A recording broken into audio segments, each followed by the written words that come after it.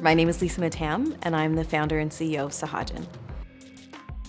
I still remember the day, actually, I got the inspiration. My daughter, who was almost 3, was at the top of the stairs, and while I wasn't home, she had gotten into my skincare.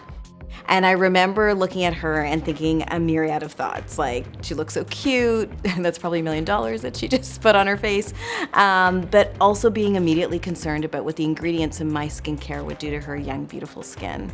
And I took her to her room and I said, look, if you want to play with things, you need to play with these items. And they were little bottles of oils and different products my parents had brought back from a recent trip from India. It was in that moment that I had a bit of a revelation. And I thought to myself, if my skincare isn't good enough for her, then it likely isn't good enough for me.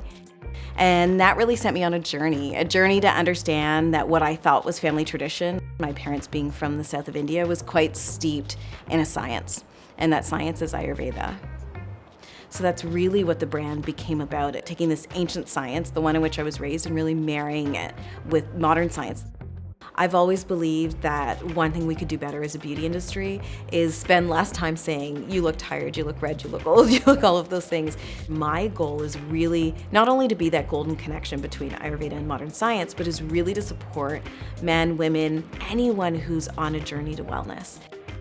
I go into QuickBooks Advanced for very specific things. What QuickBooks has been able to do is help us integrate all of our data. So everything from being able to take photos of receipts, being able to navigate receipts in, our payment processes all feed into QuickBooks, and then information feeds out from QuickBooks. Even our inventory planning, for example, we recently moved to an inventory planning system that links into QuickBooks. So we're able to, in real time, have our sales flow through. We're able to, in real time, manage our inventory.